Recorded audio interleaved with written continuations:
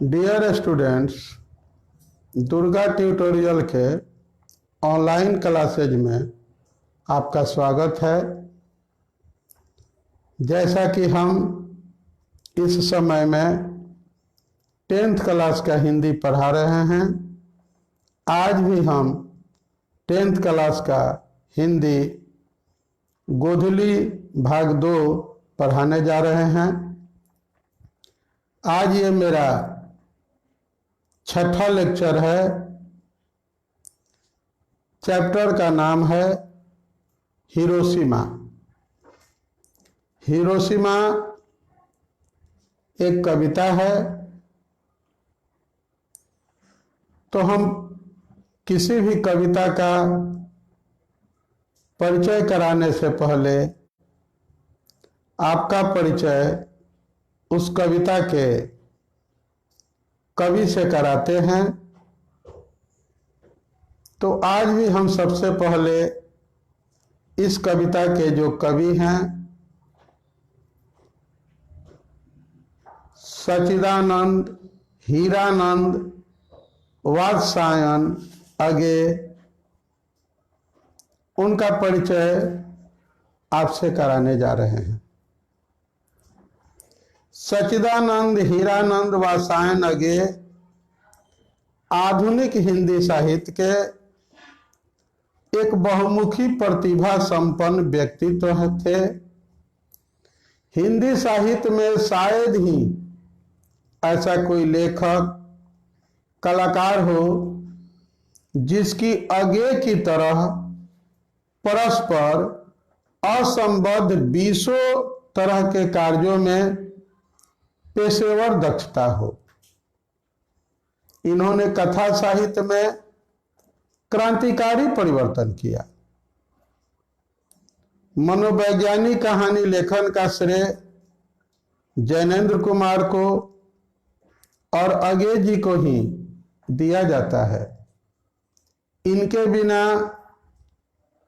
नई कहानी की तो कल्पना तक नहीं की जा सकती। स्वाधीनता संग्राम में उग्र और विद्रोही विचारधारा वाले एक क्रांतिकारी के रूप में भी उनकी भूमिका रही। उन्हें कई बार जेल भी जाना पड़ा। द्वितीय विश्व युद्ध के दौरान ये सेना में नौकरी भी किए। इसीलिए हमने आपसे कहा कि ऐसा व्यक्तित्व हिंदी साहित्य में बहुत कम मिलेगा जो कई कार्यों में दक्ष हो। सिर्फ सोचिए, कविता कोमल हृदय की चीज होती है और सेना में काम करना एक कठोर हृदय की चीज होती है। ये जितने युद्ध भूमि में मजबूत मनोबल और शारीरिक क्षमता के बल पर लड़ा जाता है, तो ये एक योद्धा भी थे और एक कोमल दिल वाले कवि भी थे। आइए कुछ महत्वपूर्ण तथ्य आपको बताते हैं जो परीक्षा के दृष्टिकोण से महत्वपूर्ण हैं। पहले इसका वीडियो हमारे दुर्गा ट्यूटोरियल के YouTube चैनल पर अपलोड किया जाएगा। कुछ दिनों के बाद इसमें जो भी हम पढ़ा रहे हैं ऑब्जेक्टिव क्वेश्चन आंसर के साथ, ये जो भी महत्वपूर्ण बिंदु दे रहे हैं वो और जो प्रश्न उत्तर पढ़ा रहे हैं सबका PDF उसमें अपलोड कर दिया जाएगा ताकि आप अपनी अच्छी तैयारी कर सकें। इसके बाद फिर एक हमारा स्पेशल कोर्स है जिसका नाम है RPC 2021, यानी कि रैपिड प्रिपरेशन कोर्स 2021। इसमें हम मात्र 20 से 25 लेक्चर में किसी भी विषय की संपूर्ण तैयारी वस्तुनिष्ठ, लघुतरीय, दीर्घोत्तरीय और साथ ही पाठ्य की जानकारी देते हुए संपूर्ण तैयारी करा देंगे। तो उसकी भी जब ये आपका गद्य खंड और पद खंड समाप्त हो जाएगा तो वो कोर्स भी हिंदी के लिए हम लेकर आए हैं। अभी 12वीं कक्षा के लिए बायोलॉजी का वो कोर्स हमारे YouTube चैनल पर उपलब्ध है और कुछ अन्य विषयों का भी RPC शुरू हो रहा है। आप मेरे चैनल पर जाकर देख सकते हैं। मेरे चैनल का सर्चिंग वर्ड है दुर्गा ट्यूटोरियल सरोज मिश्रा।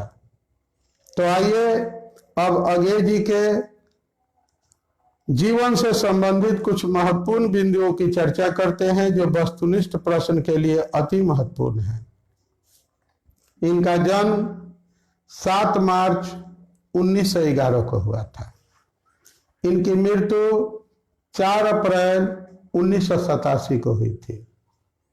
इनका जन्म स्थान कस्या, कुशीनगर, उत्तर प्रदेश था, लेकिन मूल निवास इनका करतारपुर, पंजाब था।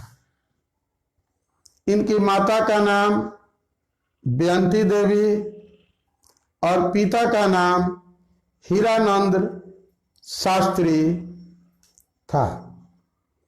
इनकी प्रारंभिक शिक्षा लखनऊ में, उसके बाद मैट्रिक 1925 ईस्वी में ये किए। पंजाब विश्वविद्यालय से इंटर किए 1927 ईस्वी में। मद्रास क्रिश्चियन कॉलेज से BSc किए और लाहौर विश्वविद्यालय से MA की ये डिग्री लिए। आप देख रहे हैं कि कई जगह से शिक्षा जो है वो प्राप्त किए हैं। अगर भाषा ज्ञान की बात करें तो संस्कृत, अंग्रेजी, हिंदी, फारसी और तमिल भाषा का इन्हें अच्छा ज्ञान था। इनको कई सम्मान और पुरस्कार भी मिले।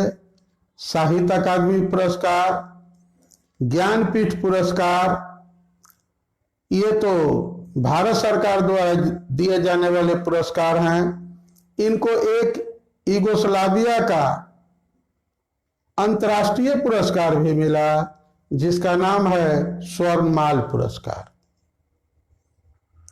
इनकी कार्यक्षेत्र पत्रकारिता, अध्यापन, सेना की नौकरी और पत्र पत्रिकाओं का संपादन रहा। बात करते हैं इनकी प्रमुख कृतियों की, तो इनके नाटक हैं इंद्र सभा और उत्तर प्रियदर्शी। इनकी कहानी संकलन का नाम है लौटती पगडंडियां। इनके उपन्यास का नाम है नदी के द्वीप, अपने अपने अजनबी। कविता संकलन का नाम है असाध्य बीना, रहस्यबाग, सावन नेग, इशारे जिंदगी के इत्यादि।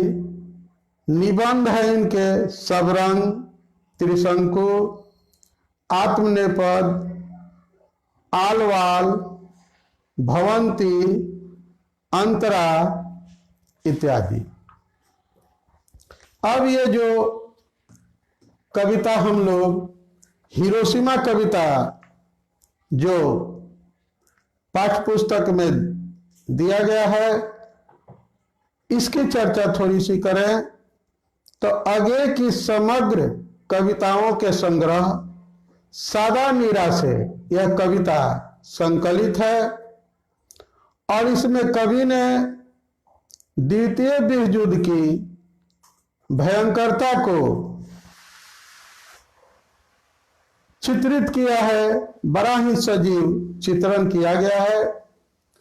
अमेरिका द्वारा जापान के 2 प्रमुख ठिकानों या दो प्रमुख शहरों को कहें, हिरोशिमा और नागासाकी में परमाणु बम के प्रयोग से जान माल की जो कारुणिक दशा हुई, कवि ने उसका यहाँ बड़ा मर्मस्पर्शी चित्र जो है वह प्रस्तुत किया है। आइए अब पूरी कविता को हम लोग शुरू करते हैं। एक दिन सहसा सूरज निकला, ये कहते हैं एक दिन अचानक सूरज निकला। ध्यान दीजिएगा, सूरज तो प्रतिदिन निकलता है, यहां पर कवि ने एक शब्द जोड़ दिया, एक दिन, यानी कि यह सूरज सिर्फ एक दिन के लिए निकला था, फॉर ओनली वन डे। कवि इस एक शब्द के माध्यम से बहुत कुछ कह दिया, यानी कि यह सूरज एक ही दिन के लिए निकला था। और कैसे निकला था? अचानक। सूरज जब निकलता है तो सूरज के उदय होने के बहुत पहले आसमान का रंग बदलता है, और आसमान के रंग को देखकर लोग समझ जाते हैं कि सूर्योदय होने वाला है, सूरज निकलने वाला है। लेकिन यह सूरज ऐसा निकला कि किसी को एहसास भी नहीं हुआ कि सूरज निकल रहा है। सूरज हमेशा क्षितिज से निकलता है, लेकिन यह सूरज क्षितिज से नहीं निकला था, नगर के चौक से निकला था। तो एक दिन सहसा सूरज निकला, अरे क्षितिज पर नहीं, नगर के चौक पर। धूप बरसी, कहते हैं कि धूप बरसी, धूप निकली नहीं, धूप खिली नहीं। जिस तरह से बादल घनघोर बारिश करते हैं उस तरह से धूप बरसी, लेकिन कहते हैं अंतरिक्ष से नहीं, फटी हुई मिट्टी से। यानी कि कवि का इशारा उस घातक विनाशकारी परमाणु बम की ओर है, जो अमेरिका के द्वारा द्वितीय विश्व युद्ध के दौरान जापान के दो शहरों हिरोशिमा और नागासाकी पर गिराया गया था। ये हिरोशिमा पर गिरे हुए बम का चित्रण कर रहे हैं। तो जब बम गिरा तो लगा कि सूरज जो है वह आसमान से नीचे गिर गया, और वो नीचे गिरा, मिट्टी फट गई, और उससे जो है गर्मी और आग की लपटें निकली, तो लगा कि जैसे धूप बरस रही हो। छायाएं मानव जन की दिशाहीन। मनुष्य कहीं प्रकाश के सामने सूरज की धूप में खड़ा होता है तो उसकी छाया बनती है, लेकिन यह ऐसा सूरज था विनाशकारी कि छायाएं भी मिट गई।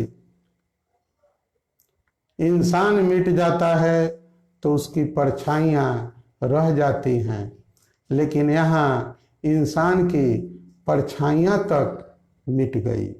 कितना दुखद बात है। छायाएं मानव जन की दिशाहीन, सब ओर पड़ी वह सूरज, नहीं उगा था पूरब में, वह बरसा सहसा बीचों बीच नगर के। सूरज पूरब से निकलता है, लेकिन वह सूरज पूरब से नहीं निकला था, वह अचानक आसमान से निकला था। काल सूरज के रथ के पहियों के जयों, अरे टूट कर बिखर गए हों दसों दिशाओं में।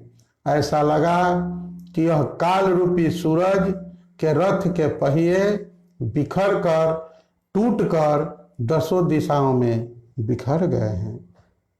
कुछ क्षण का वह उदय अस्त, लगा कि कुछ क्षण के लिए ही वह सूरज उदय भी हुआ और अस्त भी हो गया। केवल एक प्रज्वलित क्षण की दृश्य सुख लेने वाली दोपहरी। दोपहर के धूप में सिर्फ धूप होती है, धूप से लोगों को सुकून भी मिलता है, रोशनी भी मिलती है, लेकिन यह ऐसी धूप थी कि लोगों को सोख ली। यानी कि धूप तो जीवन का संचार करती है, लेकिन यह ऐसी धूप थी जिस धूप में सब कुछ सूख गया, यहाँ तक कि मनुष्य की छायाएं भी नहीं बची। छायाएं मानव जन की नहीं मिटी लंबी हो होकर, मानव ही सब भाप हो गए, छायाएं तो अभी लिखी हैं। और मनुष्य उस गर्मी के प्रभाव से वाष्प बनकर सब लोग लगा कि उड़ गए, समाप्त हो गए।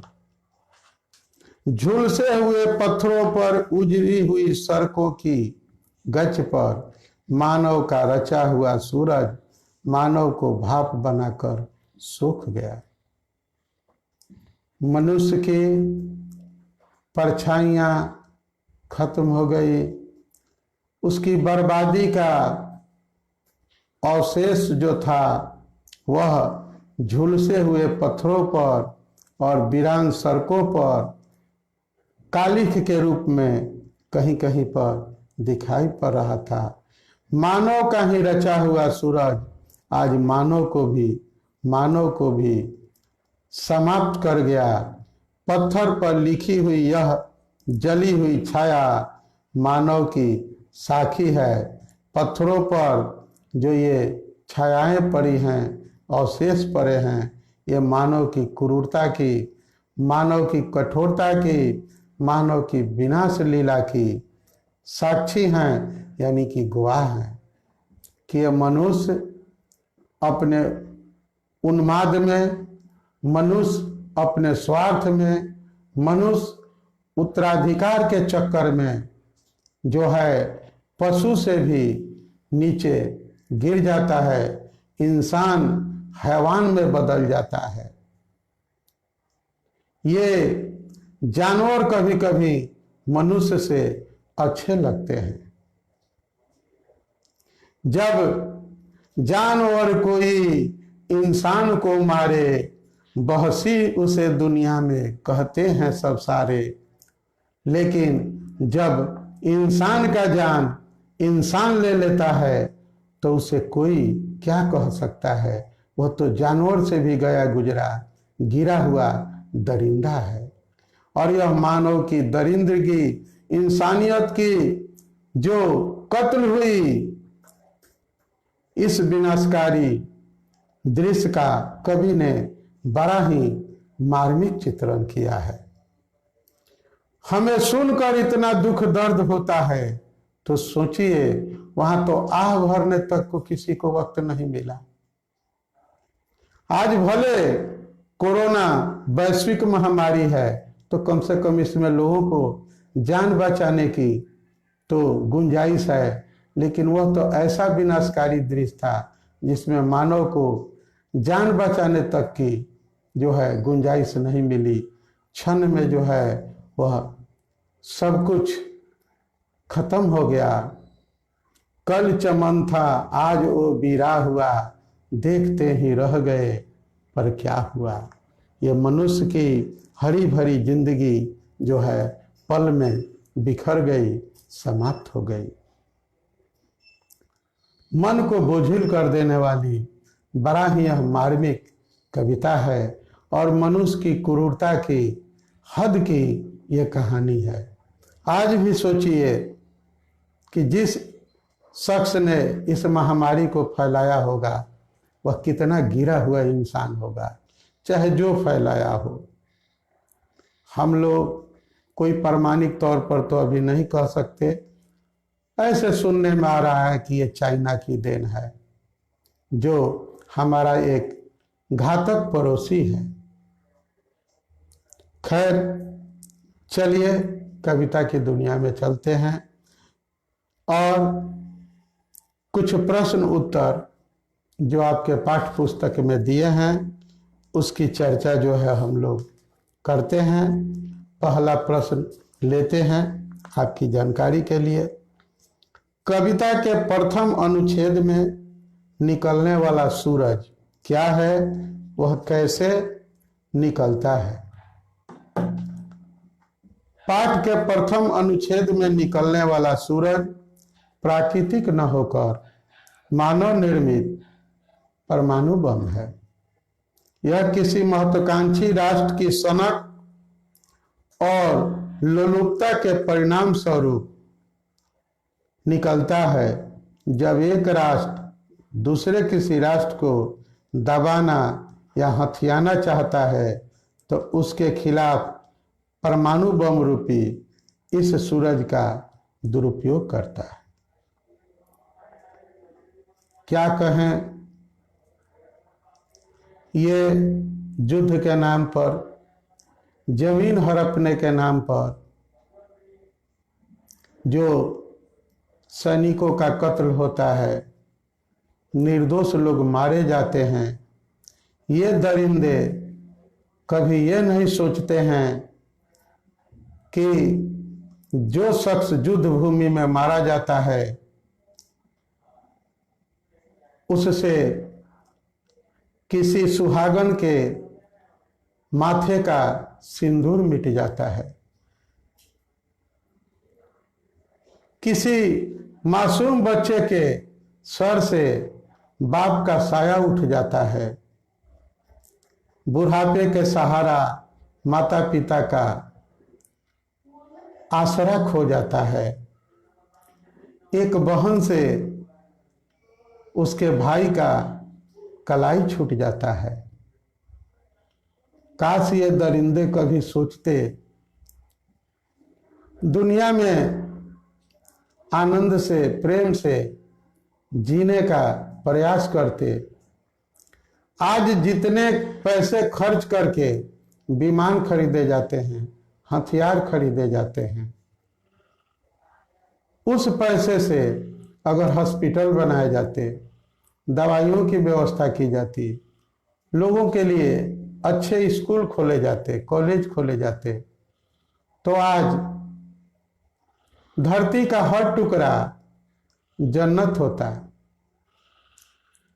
पूरी दुनिया का स्वरूप कुछ और होता। कभी अपना इतना चिंतन इसीलिए तो जाया किया होगा कि उसकी कविता को कोई पढ़े, क्योंकि कभी स्वयं द्वितीय विश्व युद्ध में एक योद्धा बनकर लड़ रहा था, इसलिए उस दर्द को वह झेला था, उसको बहुत करीब से, नजदीक से देखा भी था, महसूस भी किया था। प्रज्वलित क्षण की दोपहरी से कवि का क्या आशय है? तो सामान्यतः ग्रीष्म ऋतु की दोपहरी प्रज्वलित होती है, जिसमें पेड़ पत्ते झुलसते हैं और प्राणी उमस तथा तपिश से व्याकुल हो जाते हैं, किंतु उनके प्राण संकट में कम ही पड़ते हैं। लेकिन हिरोशिमा की विस्फोट के दिन वहां दोपहरी तो ऐसी थी जो क्षण में ही सारे चल दृश्यों को लील गई। इसलिए कवि ने उसे प्रज्वलित क्षण की दोपहरी कहा है। मनुष्य की छायाएं कहाँ और क्यों पड़ी हुई हैं? तो मनुष्य की छायाएं सड़क किनारे के झुलसे हुए मील के पत्थरों और सीमेंट से बनी हुई सड़कों की धरातल पर पड़ी हुई है। परमाणु बम की भीषण ज्वाला से गलते मनुष्य की जो धुंधली और बेडौल वाष्पीकृत आकृति बनी, वही इन पत्थरों पर छाया बनकर अंकित हुई है। हिरोशिमा में मनुष्य की साखी के रूप में क्या है? तो हिरोशिमा में पत्थरों पर अंकित मनुष्य की जली हुई छाया ही उसकी साखी के रूप में शेष बची हुई है। एक और प्रश्न लेते हैं, छायाएं दिशाहीन सब ओर क्यों पड़ती हैं? स्पष्ट करें। तो सूरज जब हमारी सिद्ध में होता है तो सामने छोटी छाया बनती है, पर उसके तिरछेपन से किसी एक दिशा में लंबी छायाएं बनती है।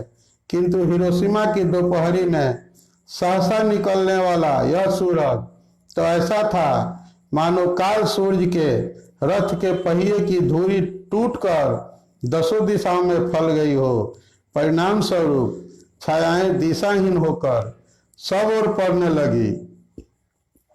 परमाणु बम की ज्वाला सब ओर फैल गई, इसलिए छायाएं भी सब ओर बनने लगी। एक व्याख्यात्मक पंक्ति है, मानव का रचा हुआ सूरज मानव को भाप बनाकर सूख गया। तो आप लिखेंगे कि प्रस्तुत पंक्तियां हमारे पाठ्य पुस्तक के हिरोशिमा शीर्षक कविता से ली गई हैं। इसके रचयिता हीरानंद वात्सायन अगे हैं।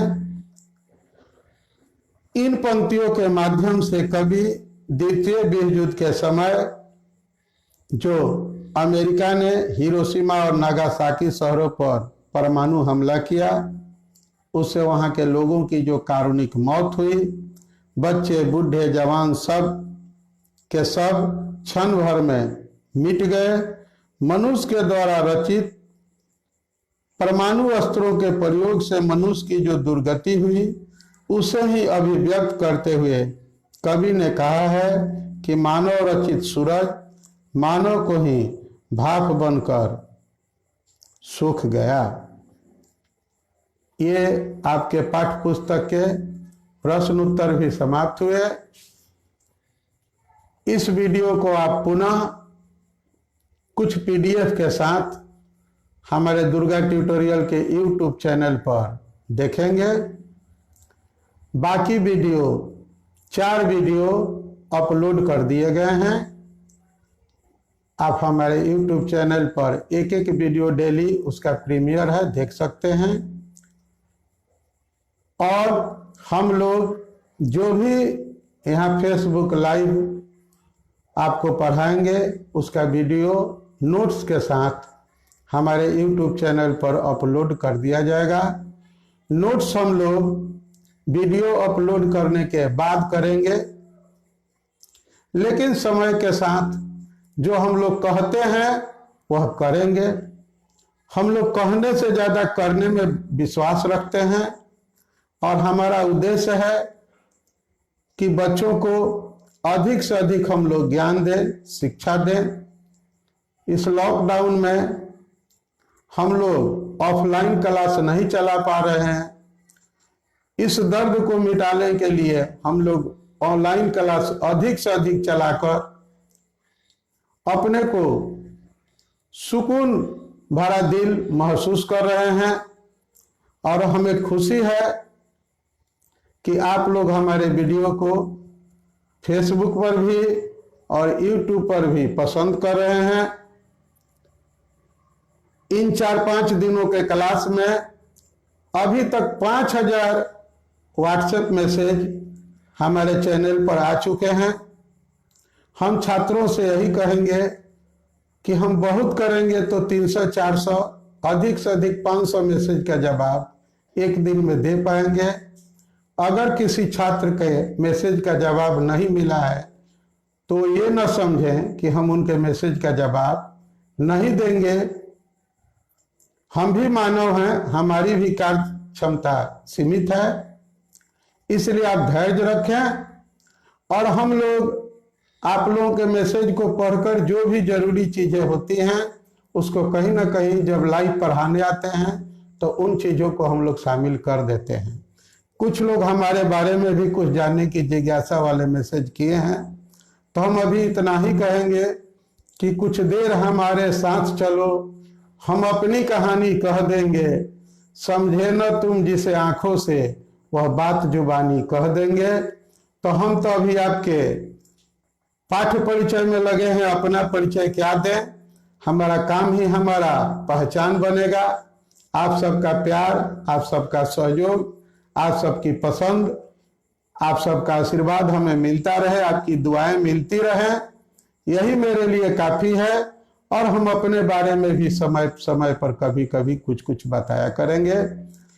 आज फिर 8 बजे रात्रि में 12वीं कक्षा के छात्र एक नए चैप्टर का प्रीमियर देख पाएंगे। वहां हम आपको आमंत्रित करते हैं, आइए हमारे YouTube चैनल पर। तब तक के लिए फेसबुक से हम आपसे इजाजत लेते हैं और फिर कल शाम 7 बजे एक नए चैप्टर के साथ हम आपसे मिलेंगे।